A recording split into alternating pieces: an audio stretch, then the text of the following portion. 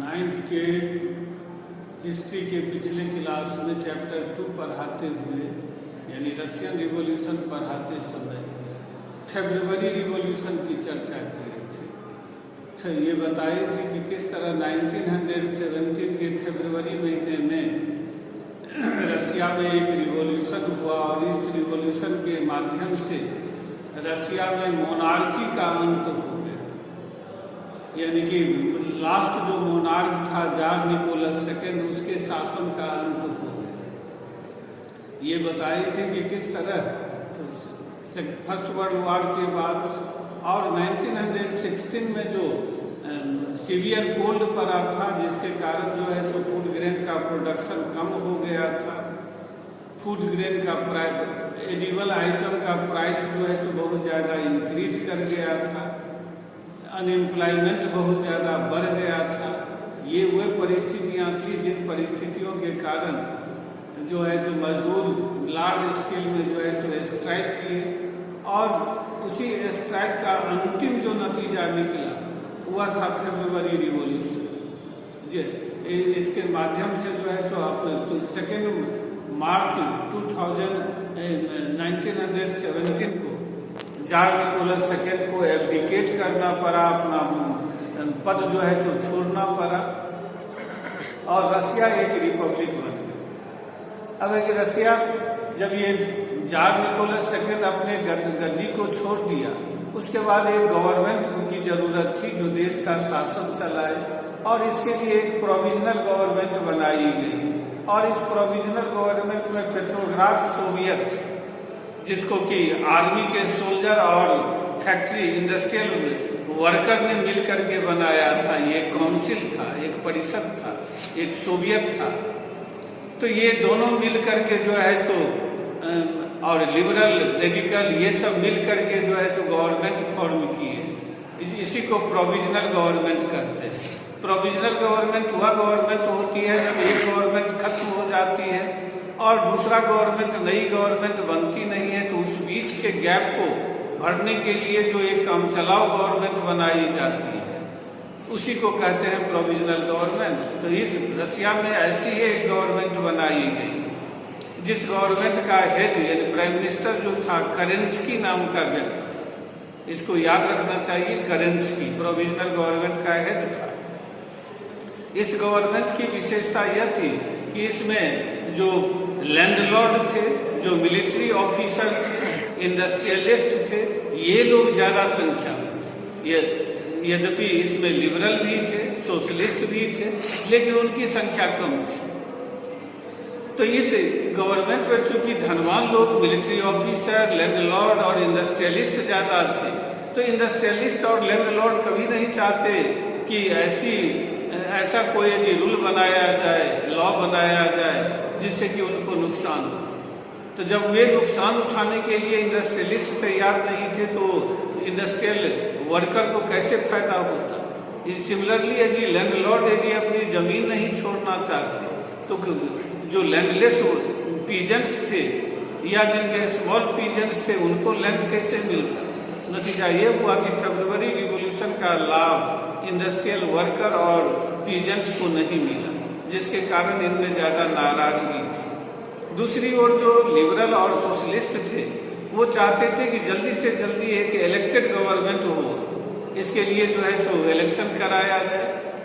और यद्यपि फरवरी रिवॉल्यूशन के बाद जो एसोसिएशन या ऑर्गेनाइजेशन बनाने पर जो बैन था, पब्लिक मीटिंग ऑर्गेनाइज करने पर जो बैन था, इसको लिफ्ट कर लिया गया, इसको हटा लिया गया इसे। और अब ये लोग जो है जो अपना एसोसिएशन बना सकते थे और इसी के अंतर्गत मजदूरों ने जो है अपना यूनियन सब बनाना शुरू किया था। तो ये सब घटनाएं घट रही थी। इस बीच में 1917 के अप्रैल महीने में जो बोल्शेविक पार्टी का सबसे बड़ा जो लीडर था व्लादिमीर इलियाच लेनिन, यह जो है तो स्विट्जरलैंड से रसिया लौट आया था।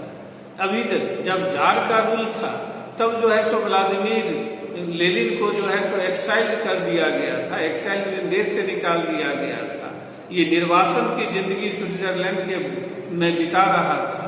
जब इसको फरवरी रिवॉल्यूशन की जानकारी मिली तब वह स्विट्जरलैंड से रसिया आया और बोल्शेविक पार्टी का कंट्रोल अपने हाथ में ले लिया। और इसने जो है तो गवर्नमेंट के सामने 3 मांगे रखी कि Russia should withdraw from the First World War, Russia को फर्स्ट वर्ल्ड वॉर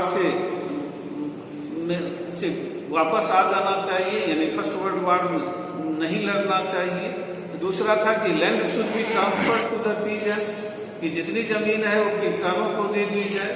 और तीसरा जो उसने डिमांड रखा वह था कि all bank should be nationalised, सारे बैंकों को जो है तो राष्ट्रीयकरण किया जाए, यानी कि गवर्नमेंट के कंट्रोल में ले लिया जाए।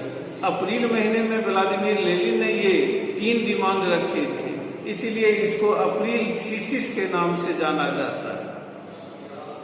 तो ये उसके बाद व्लादिमीर लेनिन यह चर्चा करने लगा कि अब एक रेडिकल रिफॉर्म की जरूरत है। रेडिकल रिफॉर्म का मतलब पूरी तरह परिवर्तन, और इसके लिए वो चाहता था कि बोल्शेविक पार्टी का जो नेम है वो रशियन कम्युनिस्ट पार्टी के रूप में रखा जाए, जिससे कि नाम से पता चले कि यह पार्टी किस तरह का रिफॉर्म लाना चाहती है।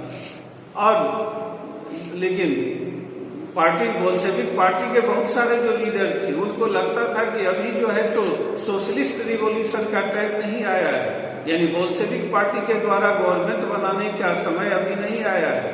अभी जो है प्रोविजनल गवर्नमेंट को ही सपोर्ट करना चाहिए और इंतजार करना चाहिए कि जब फेवरेबल कंडीशन बने तब जो है बोल्शेविक पार्टी को जो है तो अपना गवर्नमेंट बनाने के बारे में सोचना चाहिए। लेकिन लेनिन ऐसा नहीं सोचता था। लेनिन को लगता था कि इस समय हो गया है। बाद के समय में इस तरह की स्थिति बनी कि बोल्शेविक पार्टी के जो लोग शुरू में लेनिन से सहमत नहीं थे, उन लोगों को लगने लगा कि नहीं, वास्तव में जो है तो समय आ गया है सोशलिस्ट रिवॉल्यूशन का, बोल्शेविक पार्टी की गवर्नमेंट बनाने का। इसके लिए जो प्रयास सब जो किए गए उसके अंतर्गत प्रोविजनल गवर्नमेंट और मजदूरों की के बीच जो टकराव शुरू हुआ, वह परिस्थिति और ज्यादा बोल्शेविक पार्टी के फेवर में आ गया। हुआ ऐसा कि 1917 के समर सीजन में पूरे देश में वर्कर्स स्ट्राइक शुरू हो गए और पूरे देश के जो वर्कर सब जो थे वे सब यूनियन सब अपना बनाने लगे। फैक्ट्री कमेटी नाम से जो मजदूरों का यूनियन बनने लगा। जो फैक्ट्री के जो ओनर थे उनको अब उनके कामकाज पर जो है सो क्वेश्चन रेज करने लगे, प्रश्न उठाने लगे, उनको सलाह देने लगे कि किस तरह से उनको जो है सो फैक्ट्री चलाना चाहिए। 1917 के समर से जुलाई तक आते आते जो लगभग 500 जो है सो मजदूरों का यूनियन जो है सो पूरे देश में बन गया था, अलग अलग शहरों में। और यद्यपि वोटिंग का पैटर्न अलग अलग था, लेकिन ये मजदूरों के द्वारा बनाए गए थे। और ये सारे यूनियन मिल करके ऑल रशियन सोवियत कांग्रेस नाम से जो है सो मजदूरों का एक all India all Russian level पर एक ऑर्गेनाइजेशन बनाया गया। और उसके बाद जो है सो लेनिन जो है सो सितंबर में ही 16 सितंबर को ही अपने पार्टी के लोगों से तथा जो है सो पेट्रोग्राड सोवियत जो बना था वो उसके लीडर से विचार विमर्श करने लगा और उनको इस बात के लिए तैयार कर लिया कि एक सोशलिस्ट पावर सीजर का जो है प्रयास किया जाए। मतलब इसका ये हुआ सोशलिस्ट पावर सीजर क्या है, मतलब बोल्शेविक पार्टी के द्वारा गवर्नमेंट को अपने कंट्रोल में ले लेना, अपना गवर्नमेंट बनाना, इसके लिए उसने तैयार कर लिया। पेट्रोग्राड सोवियत ने एक मिलिट्री रिवोल्यूशनरी कमेटी बनाई लियोन ट्रोट्स्की के लीडरशिप में, और इसका काम था कि इस काम में जो है सो मदद करना। स्थिति आगे बढ़ती चली गई और उसके बाद लेकिन ये डिस्क्लोज नहीं किया गया कि कब जो है तो पावर सीजर का यह खेल शुरू होगा। बाद में जो है तो गवर्नमेंट को इस बात की जानकारी मिल गई। गवर्नमेंट इस बात से परेशान थी कि मजदूरों का जो है तो स्ट्राइक बढ़ता जा रहा है, गवर्नमेंट का जो है तो इमेज जो है तो कमजोर पड़ता जा रहा है, पार्टी मजबूत होती जा रही है, लोकप्रिय होती जा रही है। इसलिए जुलाई 1917 में जब बोल्शेविक पार्टी ने जो है तो एक डिमॉन्स्ट्रेशन का, एक मैसिव डिमॉन्स्ट्रेशन का प्रोग्राम रखा, एक बड़ा प्रदर्शन करने का, तो सेना के बल पर जो है तो इसको कुचलने की कोशिश गवर्नमेंट के द्वारा की गई, उस पर गोलीबारी की गई, बहुत सारे लोग मारे गए।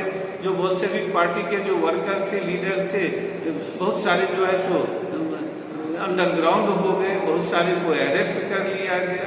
इधर फैक्ट्रियों में गवर्नमेंट जो फैक्ट्री कमेटी से मजदूर बना ली थी, उसको जो है तो रोकने की कोशिश की।